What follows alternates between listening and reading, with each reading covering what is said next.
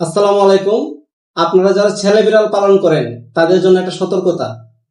ছেলে বিড়াল গুলো আস্তে আস্তে বড় হওয়ার সাথে সাথে যখন সে অ্যাডাল্ট হয়, অর্থাৎ যৌবনে পদার্পণ করে, আমরা যাকে বলি, অ্যাডাল্ট হওয়ার সাথে সাথে তার সেক্সুয়াল ডিজায়ারিটি বেড়ে যায়। তখন সে বাসায় থাকতে চায় না, তখন সে বাইরে যেতে চায় ম্যাটিং করার জন্য।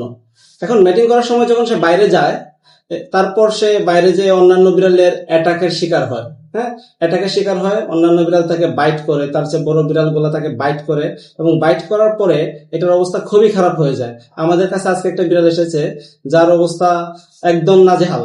তার এখানে বাইট করা আছে, এখানে বাইট, এখানে বাইট, অর্থাৎ টোটাল বডিতে তার অনেক, মানে, বাইটের কারণে পচন ধরে গেছে। তা আশা করি আমাদের যারা গার্ডিয়ান আছেন তারা আপনাদের বিড়ালকে অবশ্যই নিউটার করে দিবেন।